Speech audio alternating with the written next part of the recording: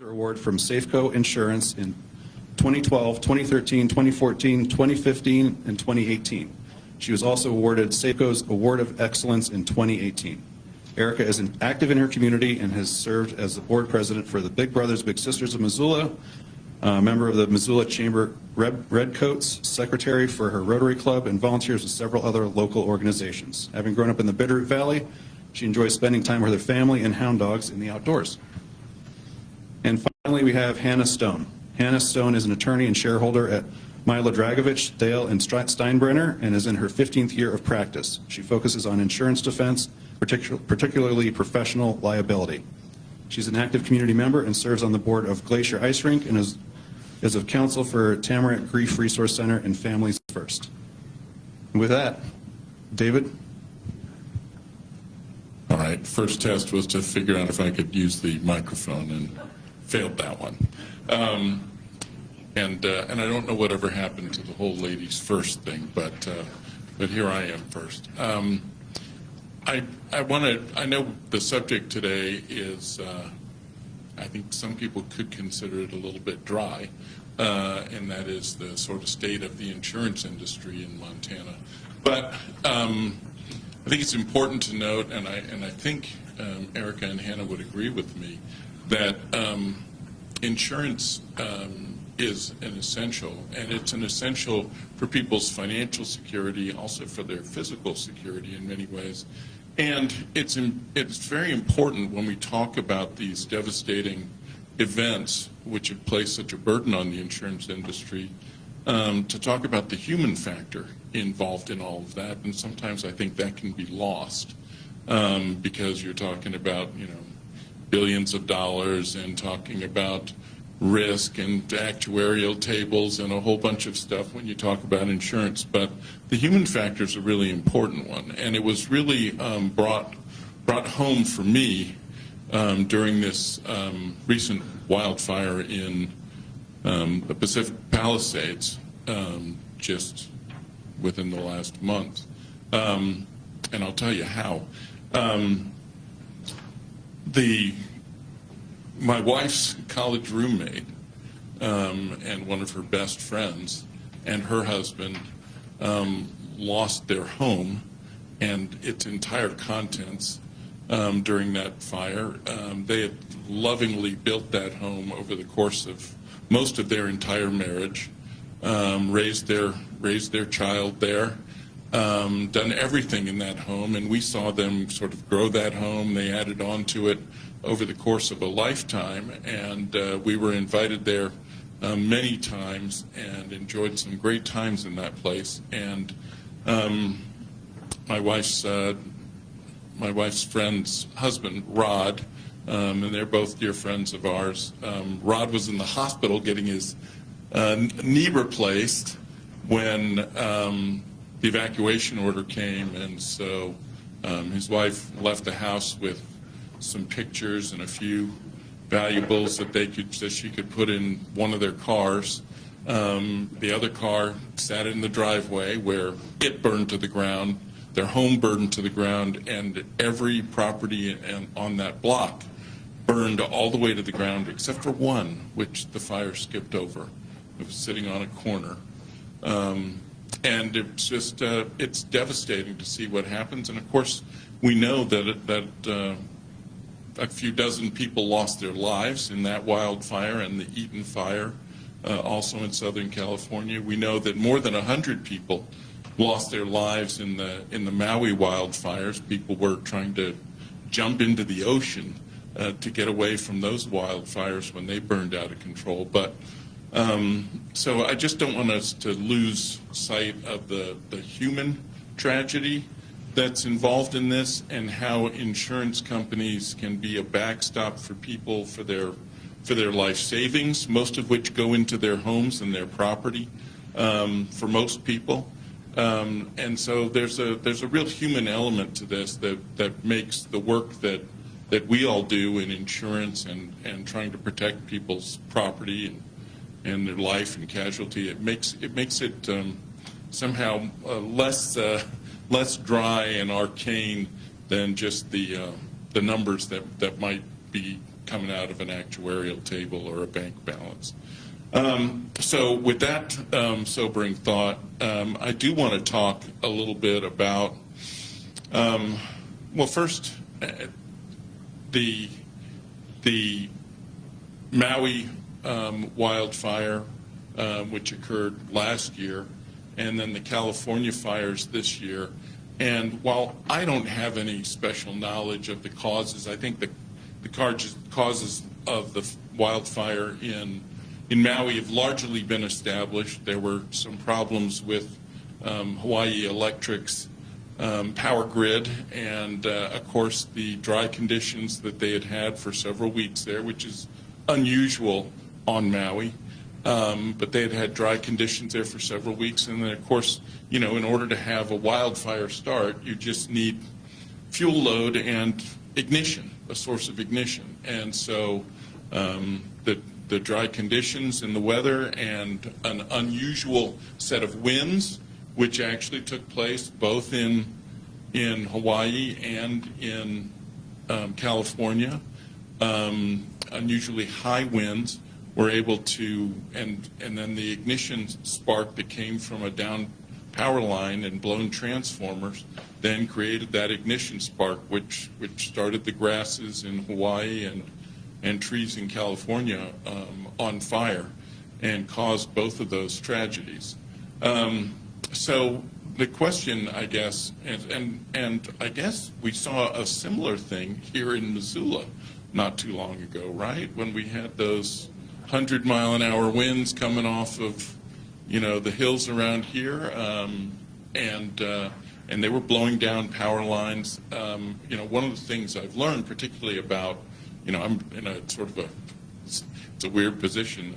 I don't claim to be any great expert on the insurance industry, having worked in it for all of a month now since I was appointed to the Commissioner of Securities and Insurance's office. But I did work at the Public Service Commission of Montana before that, and so had a very close look at our power companies in the state.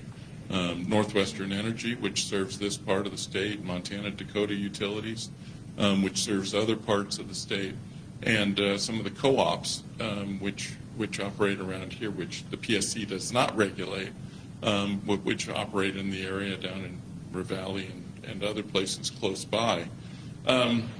You do see some similarities, and so the question is, how do we harden our communities, if we can, and lessen the risk of these types of dangers?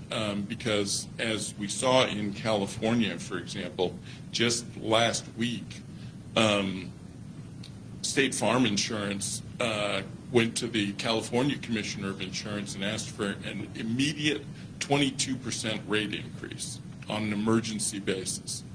So, imagine your homeowner's insurance going up by 22%. And they announced they were not going to write any more fire insurance policies in the state of California at all going forward. So the 22% rate increase was just for the ones that had taken place. Overall, rates have increased by 34% for property and casualty insurance in the western United States. And I'm sure some of you have seen that here in Montana. I was talking to, somebody who's beloved in this community, certainly. I was talking to Peter Christian from KGVO Radio the other day, and he mentioned that he has a piece of property where he got a 40% increase in his property, in his insurance bill the other day. So it's a real problem, and particularly when housing is bordering on unaffordable in many of our communities for many of our residents and a lot of people who've been here for a long time, in fact, for generations. and pretty soon they won't be able to get fire insurance if these companies keep leaving the state and refusing to write fire insurance policies. So it is a real concern, and to be honest with you, I don't think anybody has a ready-made solution here. But there are certain things that one can do in the interim until a solution comes up, and one of those is doing our part as citizens, as neighbors, to be engaged in fire mitigation, to remove brush from our neighborhoods and our properties, to get dead fuel, if you will, fire fuel, away from our homes and properties, and to take care of those. I think our state DNRC does a better job than California's DNRC do with managing our forests and taking care of that, but we can all do better. And in fact, I'll just finish with one of the things that, because the state auditor is also a member of the state land board, we work very closely with DNRC on a number of things, and they have a fire-adapted communities learning network. If you go on the DNRC website and probe that, there are ideas for individual homeowners, homeowners associations, and communities to get involved in reducing the risk of wildfire. So I just leave you with that, and thank you for your attention.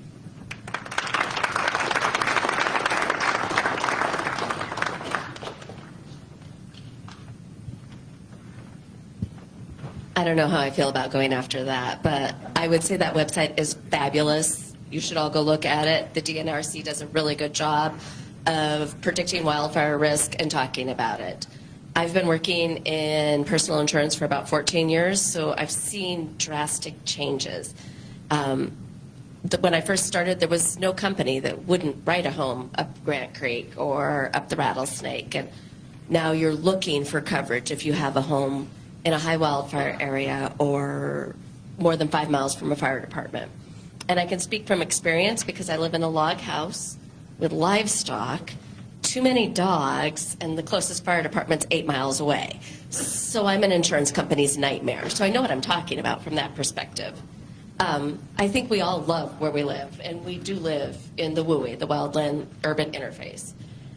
We are seeing that disasters have been hitting the United States. I have 2 slides. This one is 2023. In 2023, there was $28 billion disasters. There was 33 or 34 of them last year. So insurance companies are writing huge checks. That money has to come from somewhere. They are not nonprofit businesses.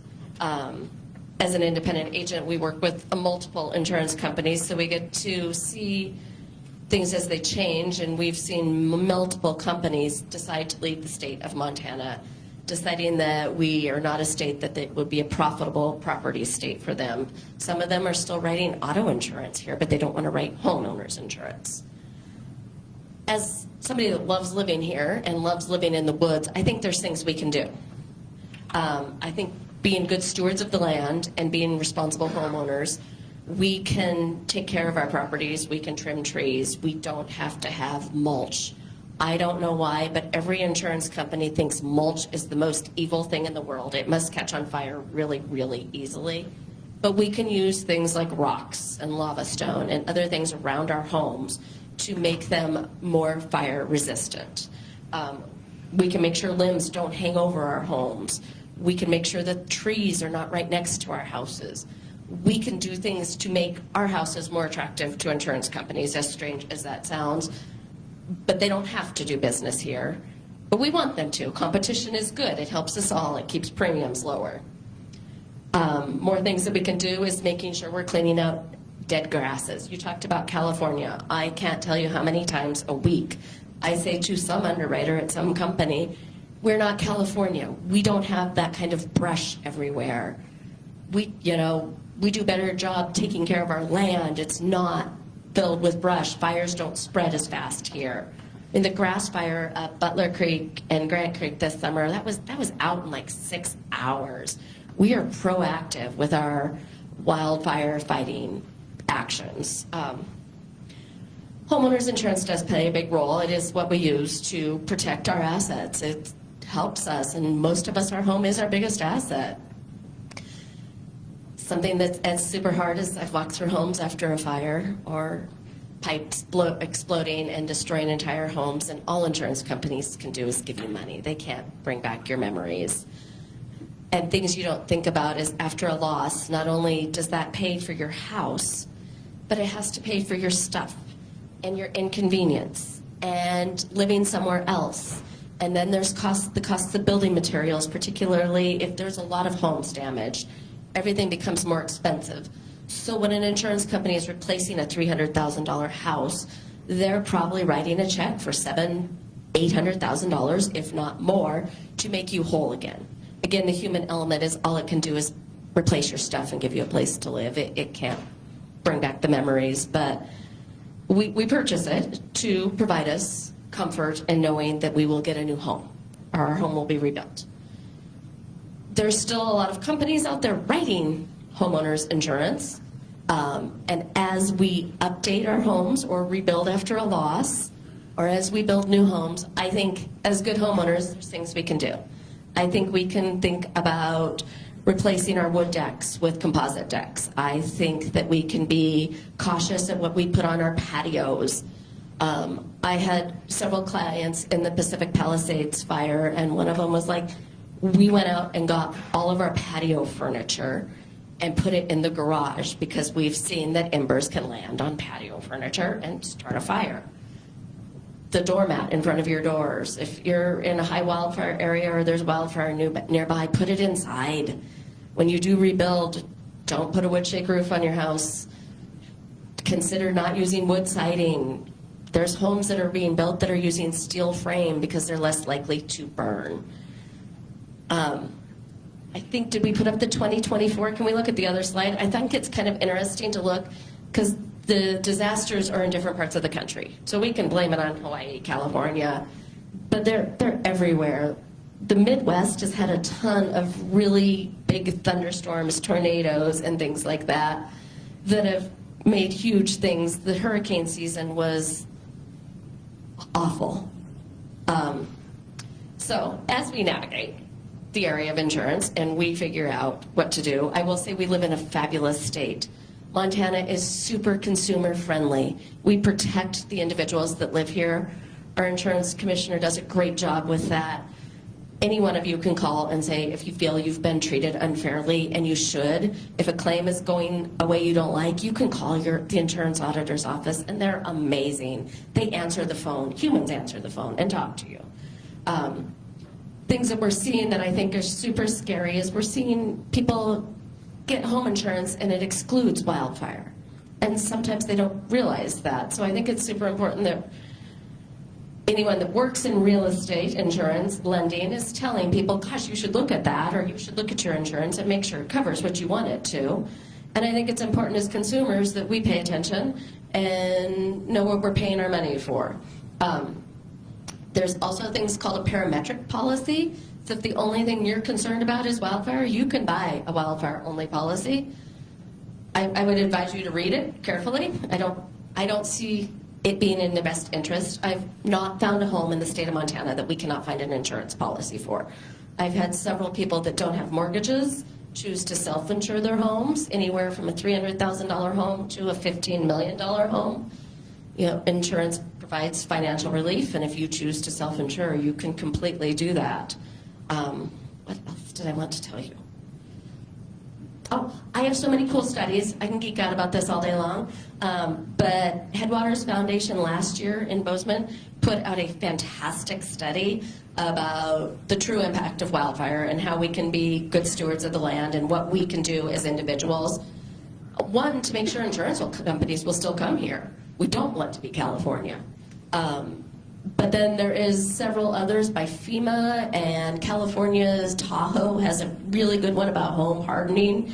If you're redoing your home or if you're making upgrades to your home, things that you can do that help deter wildfire. Because if your home catches on fire and the embers spread, then the neighbor's home catches on fire.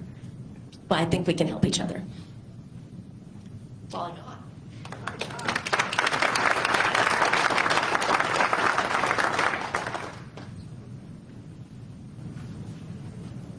Hello. Just a little show of hands. How many people here have purchased a homeowner policy before? Most of the room. Okay. How many of y'all have read it? Oh, got a couple. How many use that at night to help you sleep when you had insomnia? Right? So my name's Hannah Stone. I'm an attorney. I work for insurance companies.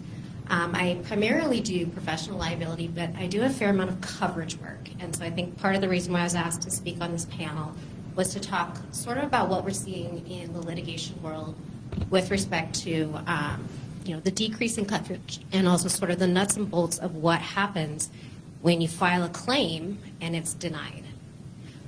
So going back to that insurance policy, when you purchase a house or you purchase insurance for your car, you're covered by a contract of insurance. And it has a fair amount of information about what is a covered claim. What we're seeing now is a fair amount of additions or exclusions that take away that coverage. And so, when you're negotiating your rates, when you're getting your new home and you get this first bid and there's all of these different, endorsements of things that you can add, and each one of them adds a little bit more, $325 for this, $500 for that, $800 for that. And you as the consumer are trying to find a way to decrease your pocketbook, right? Make your mortgage a little less expensive. Everything's going up right now. You might decline some of those coverages. Then, a couple years later, an incident occurs. In this case, maybe it's a fire. And maybe during the course of those negotiations, you decided, hey, we have a wildfire exclusion on here. I can pay an additional premium, get that coverage, but I want to make those savings. It's unlikely I'm going to, be affected by a wildfire. Well, you go along, something tragic happens, and you have your homeowner's policy.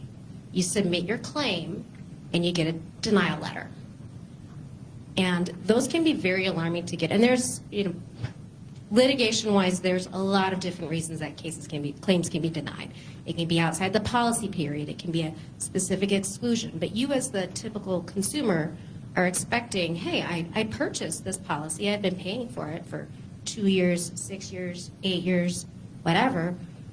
It should cover me, right? I'm covered. A lot of our insurance, carriers have great taglines. You're in safe hands. I'm covered. I'm safe. So what happens when that exclusion occurs? Unfortunately, if the insurance company believes that they have a strong exclusion, they have a policy of coverage and there's certain perils that are removed, and you as the consumer are going to push that, you're going to be in litigation. You're going to be filing a lawsuit. It's called a declaratory judgment action. Very exciting. But it's literally asking the court to determine whether or not this risk that you thought you had insurance for is covered. And what we're seeing in the litigation world is insurance carriers are starting to use some of these terms and conditions to defeat coverage, right? And so we're seeing them do a little bit more investigation. If some of the case law that's evolving has to do with wildflowers, right? But fires. So wildfires are excluded. You get, policy, you decide to exclude wildfires. A wildfire surrounds your house is safe, but 2 years later you have a mudslide, okay? Earth movement, mudslide comes in, boulder rolls down, destroys half your house. Well, insurance companies are going back to that insurance policy and saying, well, look, we excluded damage for wildfires, and you accepted that. And this earth movement, this decrease in soil stability, is caused because of that wildfire. And so they're taking a lot of these exclusions and litigating them to say, hey, in this case, typically it'll be in federal court and then up to the Ninth Circuit. Does this clause extend to this exclusion? And what we're really seeing with respect to the opinions that we're getting, which primarily are coming out of California, and we are in the Ninth Circuit, so those are authority for Montana federal court. But we are seeing that the insurers are typically using those clauses, and they are finding that there is less coverage available. So what does that mean here for you as consumers? You need to start working a little bit more with your agents. We have amazing insurance agents here in Montana. They are keeping abreast of coverages. They're keeping, making sure that your rates reflect the coverage that you have, but you also have to start educating yourself with respect to what it means when I'm declining these certain levels of coverage. You think you're still insured or you think you're still safe, but when you decline those coverages and then you're, suffer one of these perils, end up in litigation, and maybe at the end of the day there is no coverage available, is that a risk that you're willing to take? And with that,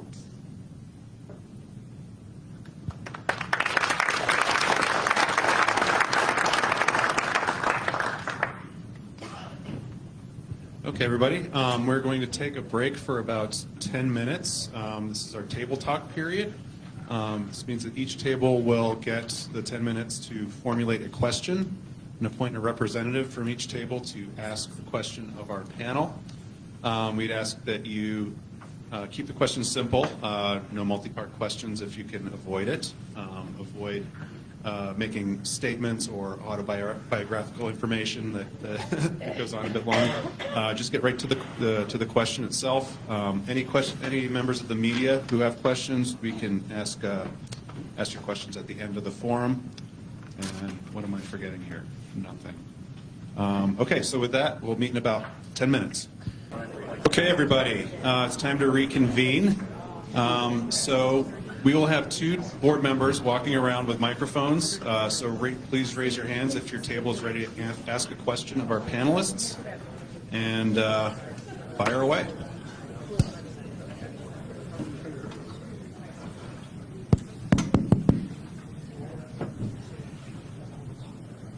Thank you so much. We're wondering if there are any plans for the state of Montana to establish a fair insurance program like apparently Erika told me 33 other states and the District of Columbia have, to provide options for homeowners that cannot get private insurance.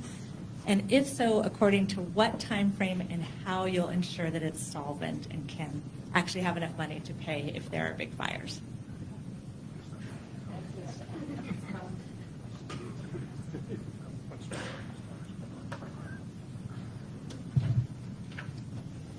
Well, you're right. Montana does not yet have a fair act type of thing like they have in California and many other states.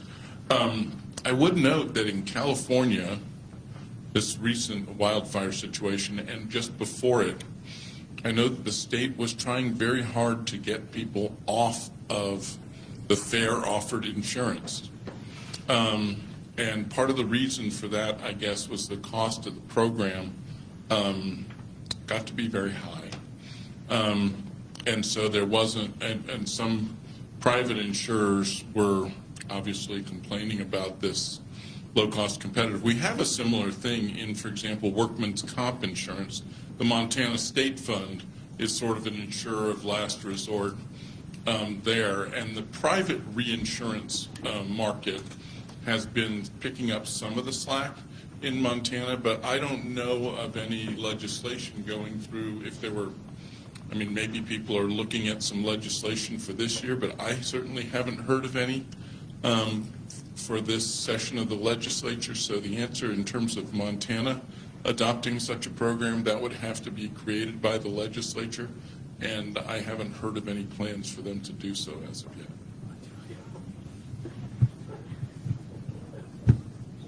I'm not going to stand up again. That seems like way too much work. It is not your best interest. If there's another option available to you at a higher rate, it would be something that you would want to consider. Those are very limited coverages, and I don't necessarily think it's in our best interest. We have had state companies leave our state, but we still have a lot of really good options in the state of Montana and on admitted or surplus lines paper without doing a fair plan.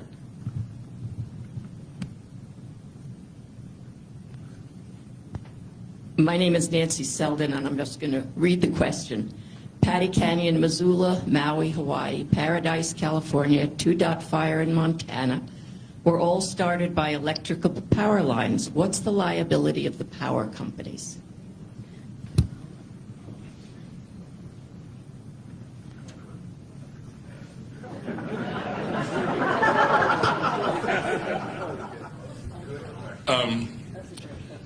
It is a great question, and you're right. I will tell you right now that there is a bill that is to be introduced in the Montana legislature this week, which would absolve Montana power companies of liability in large part. And so I personally have some views on that idea.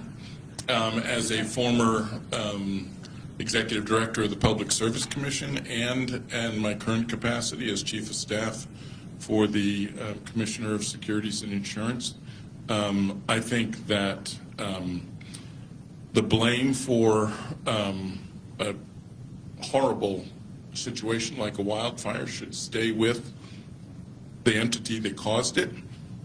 I think that that is a standard principle of tort law, in at least in common law in England and the United States for the last 500 years. And I think that to absolve somebody from that liability removes the right of, and I heard Erika mention this the other day too, just a couple minutes ago rather, the right of subrogation for an insurance company to come after the causer. And so I think that we need to keep the responsibility for the cause of a wildfire with the responsible party. That's my personal opinion. Now, I haven't seen the final version of this piece of legislation yet. I know that there have been 6 or 7 versions of it floating around, and none of them have impressed me as a solution to this problem. But I just think it's a very bad idea. Now we'll see when the bill finally comes out exactly what it looks like. Maybe it's not as bad as it is purported to be, but I will look at it with a very keen eye and great skepticism. And I know, James Brown, who is the commissioner, will look at it very closely too, and he just came off a term as president of the Public Service Commission. So we'll be looking at this very, very closely. But thank you for raising that. It's an important issue. House bill or a Senate bill? I believe it will come out as a House bill. Oh, you'll hold it. Okay. Thank you all for coming today. My question is specific to roof materials, and it's happened to me personally. I will say, I have an asphalt roof with a 25-year warranty, but I have an insurance company that's declining to offer coverage because it's, quote, too old when it's, say, 12 years old or 15 years old. As a consumer, what's my recourse, and how do we get a better understanding of what makes a roof too old from an insurance company's point of view? What do we do? Can I ask a clarifying question? I have a clarifying question for you. Is that on? There we go. Are you shopping your policy looking for a new company, or is the company that you've been with for years telling you that your roof is too old? Shopping for a new one due to a neighbor losing coverage over wildfire.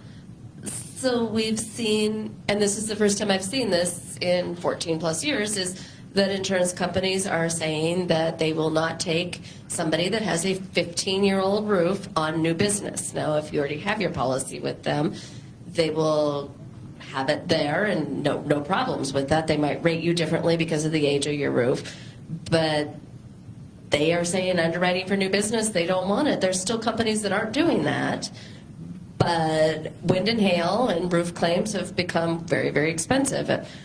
I think my neighbor just got a new roof, and it's a 1,400 square foot box, and it was $38,000. So that's a big bill for an insurance company to pay if the roof is in bad shape or if it's older.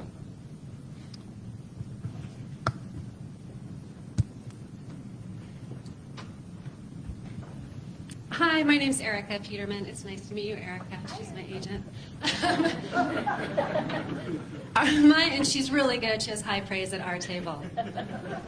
I guess our question is do you think it's the responsibility of the insurance industry, which in property and casualty made $88 billion in profits last year in 2023? So I don't feel sorry for insurance companies who have to pay $38,000 for somebody's roof, especially when they're denying neighbors coverage. Our question is, do you think it's on the insurance companies or do you think it's on individuals to research and litigate what may or may not be covered, or do you think it's, like whose responsibility is it? Insurance companies know what may or may not be covered. They have tons of professionals and litigators who are looking at these things all the time. Yet it seems like all of the information we're getting today is it's on us to research policies that as attorneys at our table can't even understand. Or is it on the government to hold insurance companies accountable because the government should be protecting the people in its country?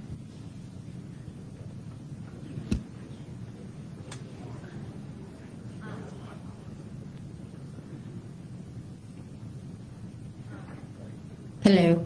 As someone who got 3 coverage assignments last week, I can tell you that as the consumer of insurance, I would certainly encourage folks to tender a claim. Say, hey, insurance company, is this claim covered?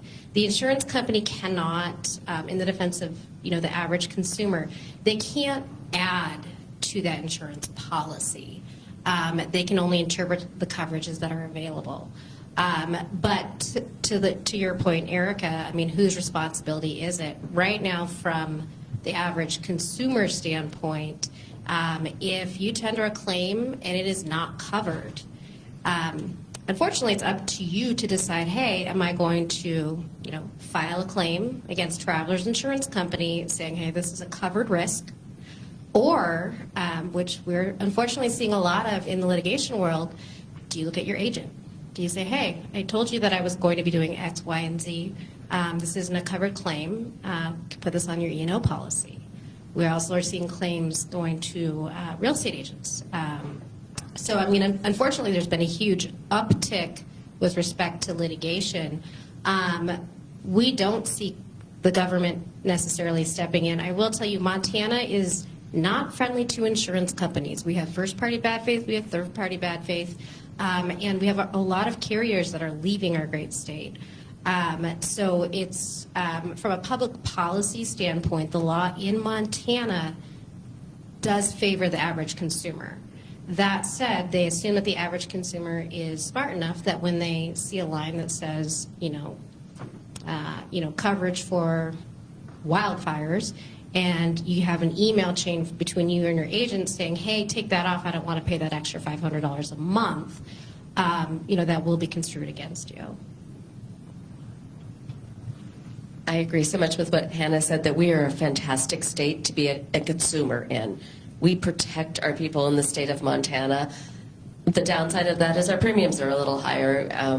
The same house in Idaho and same location might be half the price.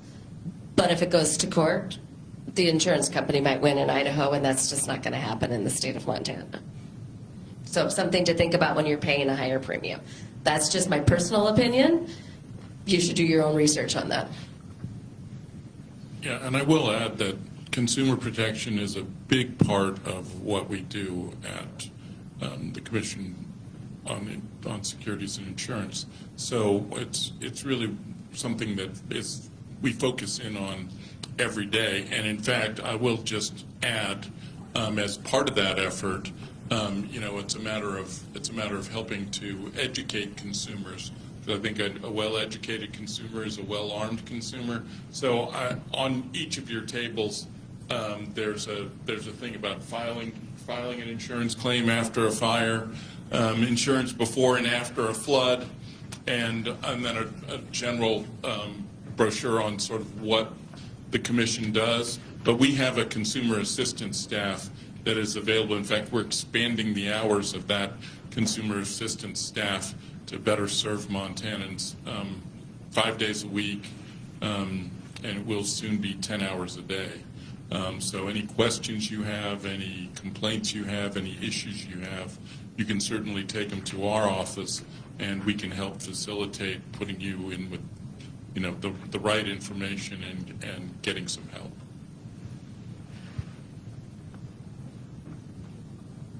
Apologies, because this is a little bit tangential to what they were just asking, because we had the same sort of conversation here. So if I'm Carissa with Homeward.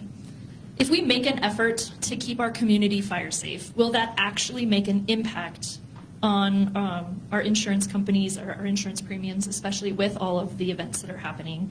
Or is there an actual need to push insurance companies to figure out a different model so that homeowners aren't priced out of their homes and affordable and market rate housing providers aren't priced out of insurance, displacing hundreds of renters in a housing crisis, which is where we are?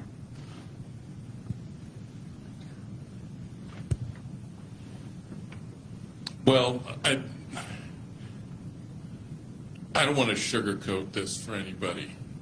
Because of the large losses that have been seen in the last couple of days, I realize that most insurance companies are still profitable, but that these claims that are coming in, like, for example, the most recent estimate I saw about 24 hours ago on the California wildfires this year, the claims are estimated to be in the neighborhood of $250 billion.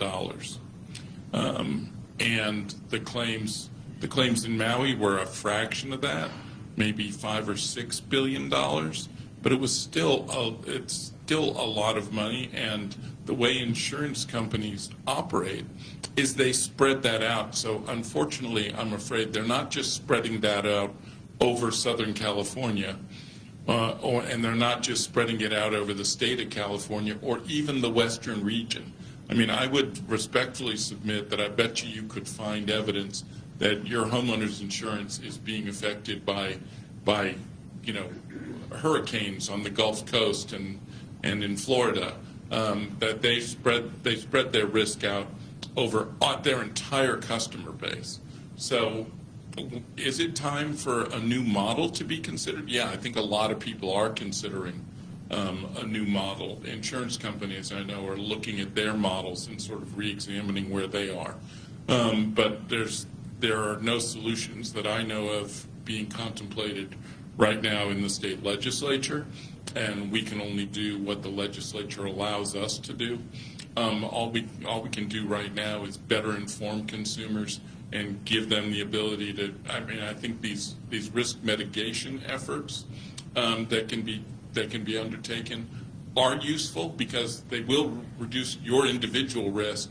Will it translate into reduced premiums instantly? No, but I think over time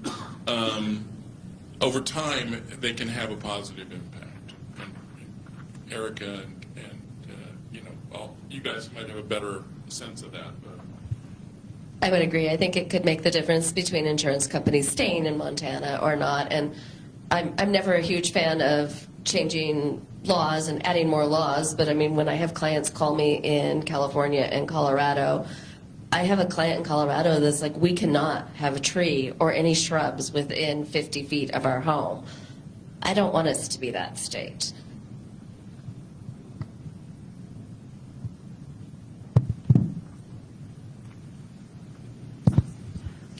Greg Larson. We spend an incredible amount of money on crisis, either fighting fires or the aftermath of destructive fires. How can we incentivize public-private partnerships, cooperation to pay for programs that are proactive in fire mitigation in communities?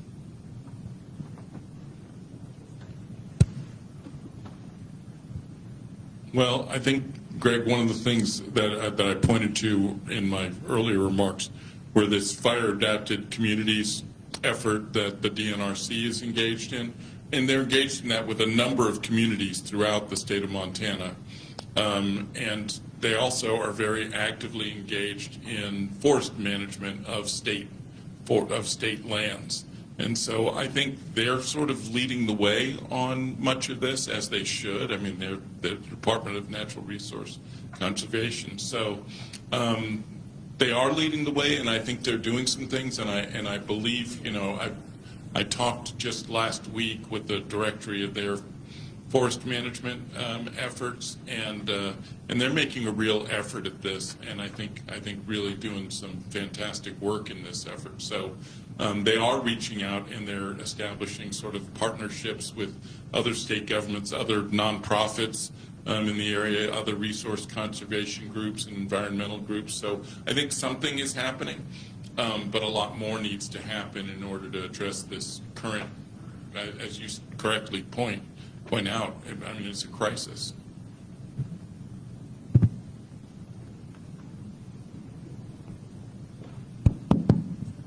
This has been touched on a little bit already, but can you, from a policy perspective, kind of explain what are some things that can be done to incentivize insurance companies to stay in Montana?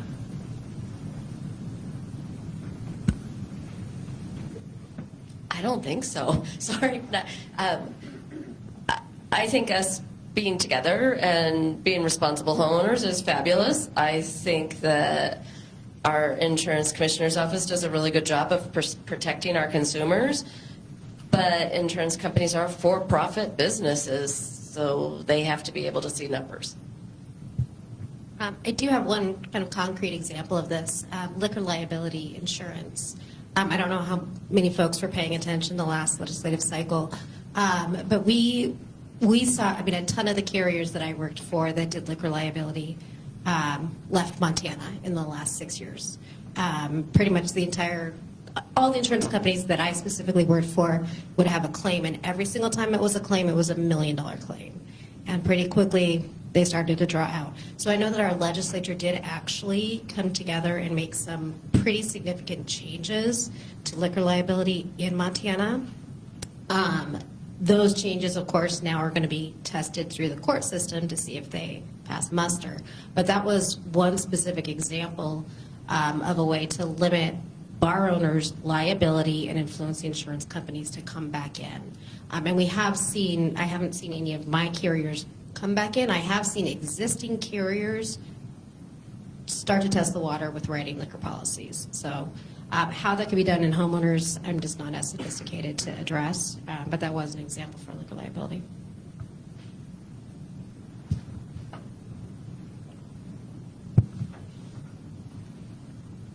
Amber Sherrill, I have a question, a little bit playing off the previous question, but with the insurance commission, if a company, I realize we're talking about California with the emergency 22% increase, if an insurance company was to come to your office and say, we want to do this, what are the factors that you would be weighing in deciding whether you allow that increase? Well, Amber, I have sort of an all too easy instant dodge on this, which is I wouldn't want to prejudge any rate case coming before the commission, and actually I wouldn't be one of the judges in that anyhow.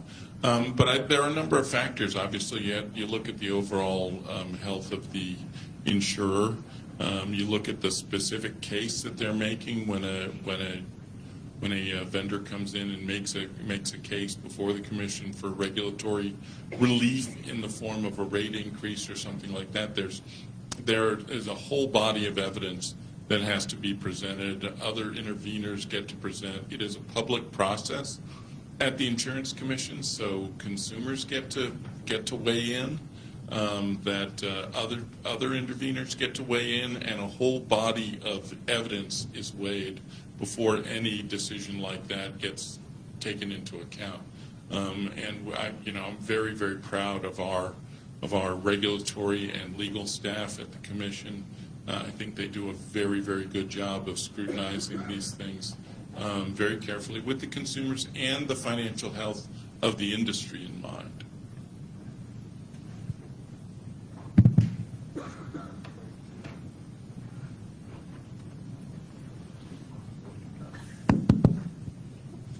Yes, we have a question. We were directed to look at wildfirerisk.org, and type in Missoula County to get a rating on what the wildfire risk is. And the first thing you read is Missoula County has a very high risk of wildfires, higher than 96% of the counties in the U.S. So I was unaware of that. I'm sure many of us are unaware of that risk, that high of a risk. So our question, then our conversation led into FEMA and what happens with another layer of complexity if FEMA is altered in any way or dismantled. How would that affect, and the chance for our wildfire here, how does that affect us as ratepayers and insurance?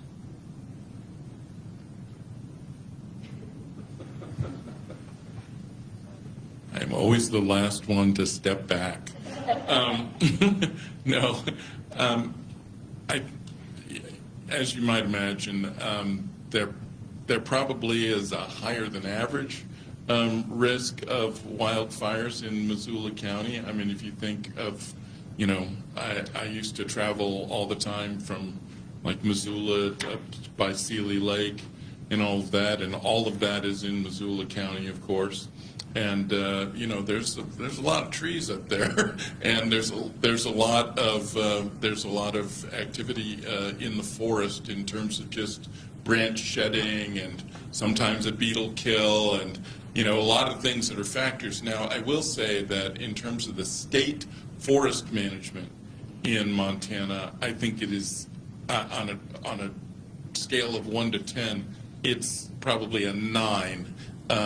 We do a fantastic job of doing those controlled burns and taking out and thinning trees and thinning the forests and trying to make them more manageable in this state, so much better than California, Oregon, Washington, Nevada, any of those other states do. But I would say, there's still a lot of trees and a lot of dry grass, and sometimes we'll go an entire July or an August and it won't rain at all. And so you'll have an afternoon, evening thunderstorm, and if you look at the fire start websites, you'll see 2 or 3 dozen wildfires starting that are the fire folks here jump on those and immediately put up whatever resources are necessary in terms of air support, ground support, and firefighters jump on those in this state. So while we're at high wildfire risk, I think we do a good job of wildfire management and containment instantly. You saw that here in Missoula with the recent fires you had here. But it's still a challenge, no question about it. In terms of what the state can do or what we can do more of, I think we need a better partnership with the federal government in terms of how the U.S. Forest Service manages Montana's forests, and about a third of this state, I believe, is under federal management. So we need to have that more robust conversation with the federal government. I think our congressional delegation is staying on top of that rather well, but we need to do more of that. And in terms of FEMA, I think, at least from what I heard over the last couple of days, and I think the president, the vice president, the Secretary of Homeland Security, to which FEMA is a part of, have all been to North Carolina and some of the other disaster areas in California recently, and they've talked about revamping FEMA to make it more effective and more efficient in terms of delivering support to these communities that get affected by these disasters. So I would hope that, just because there's a change doesn't mean it's necessarily for the worse. In fact, I think in the case of FEMA, most changes that would happen there would be for the better, because they've actually fallen short on a couple of really important things. The situation in North Carolina that still persists to this day, several months after those storms came through there. Frankly, I think it's an embarrassment to every American.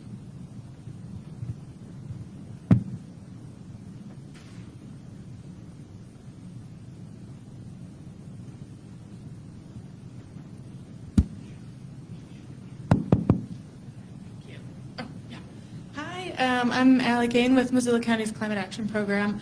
And we had a question earlier that we agreed upon, but someone else asked it, so I'm just going to ask a random question that I've been thinking of. Can any of you speak to how insurance companies are factoring climate change data into their business models? Rates over time and whether or not they'll continue to offer coverage in certain areas? I can tell you that there's advanced modeling and a lot of money and data goes into that. Most companies are using their own. CoreLogic is a program that's out there that really helps them analyze a lot of the data, but companies are coming up with their own proprietary software, and sometimes you look at it and you wonder what they're saying. An insurance company might look at a house across the street and say it's too high of wildfire right here, and they don't want to cover that. And you're like, oh, but we're in the middle of town. But we just heard we're 97% higher than most counties, right? That is primarily how they are determining rate. And for homes is by using advanced data of wildfire, floods, wind, hail. Wind patterns come up a lot in our area too.